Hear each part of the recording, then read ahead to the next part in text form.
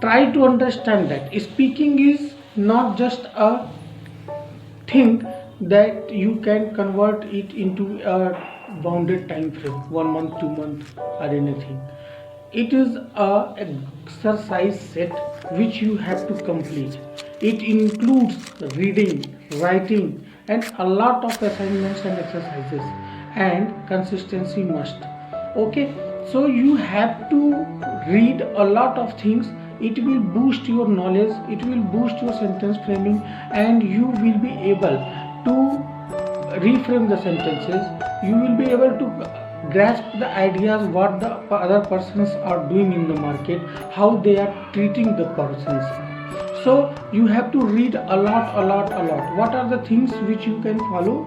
Times of India newspaper for beginners is the best.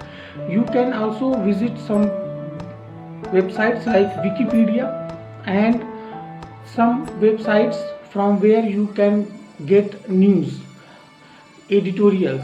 So you have to read a lot and take a timetable of 20 to 25 minutes in a day to read, only to read out. So it will build your steps towards speaking. Okay, I am Krishna Soni, online English coach. See you there. Bye.